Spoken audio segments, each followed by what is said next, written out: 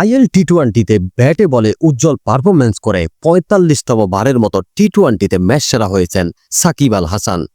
Dubai আন্তর্জাতিক স্টেডিয়ামে dessert বাইপাসের বিপক্ষে এমআই এমিরেটসের হয়ে দারুণ পারফরম্যান্স করেন সাকিব। ৪ ওভার বল করে মাত্র ১৪ রান নিয়ে আউট করেন ফকর জামান ও স্যাম কুরানকে।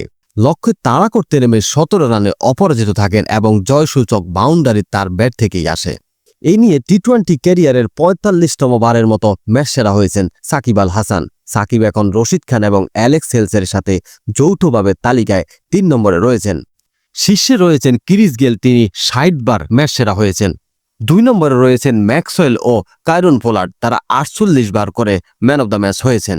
২০২৪ সালের আগস্টে ক্যারিবিয়ান প্রিমিয়ার লিগের পর এটি সাকিবের প্রথম ম্যাচ সেরা পুরস্কার।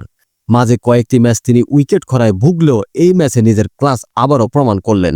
পুরস্কার নেওয়ার সময় সাকিব জানান পিচ স্পিন সহায়ক ছিল এবং ব্যাটিং করাটা কিছুটা কঠিন ছিল। দলের শক্তিমত্তার উপর ভরসা রেখে তিনি সতর্কভাবে ব্যাটিং করেছেন এবং দলের জয়ে সন্তোষ প্রকাশ করেছেন।